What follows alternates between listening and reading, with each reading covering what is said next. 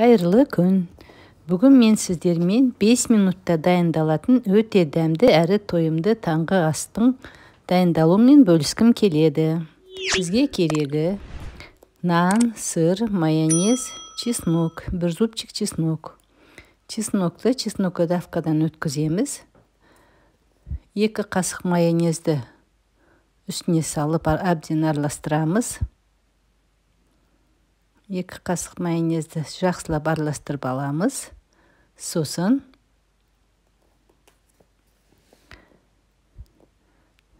нанның бетіне жақсылап жағамыз.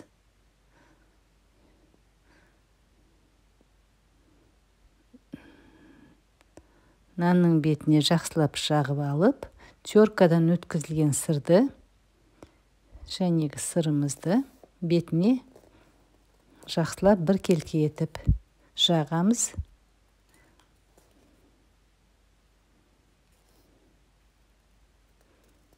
Бір келке етіп салып шығамыз да 1 минутқа микроволновкаға қоямыз.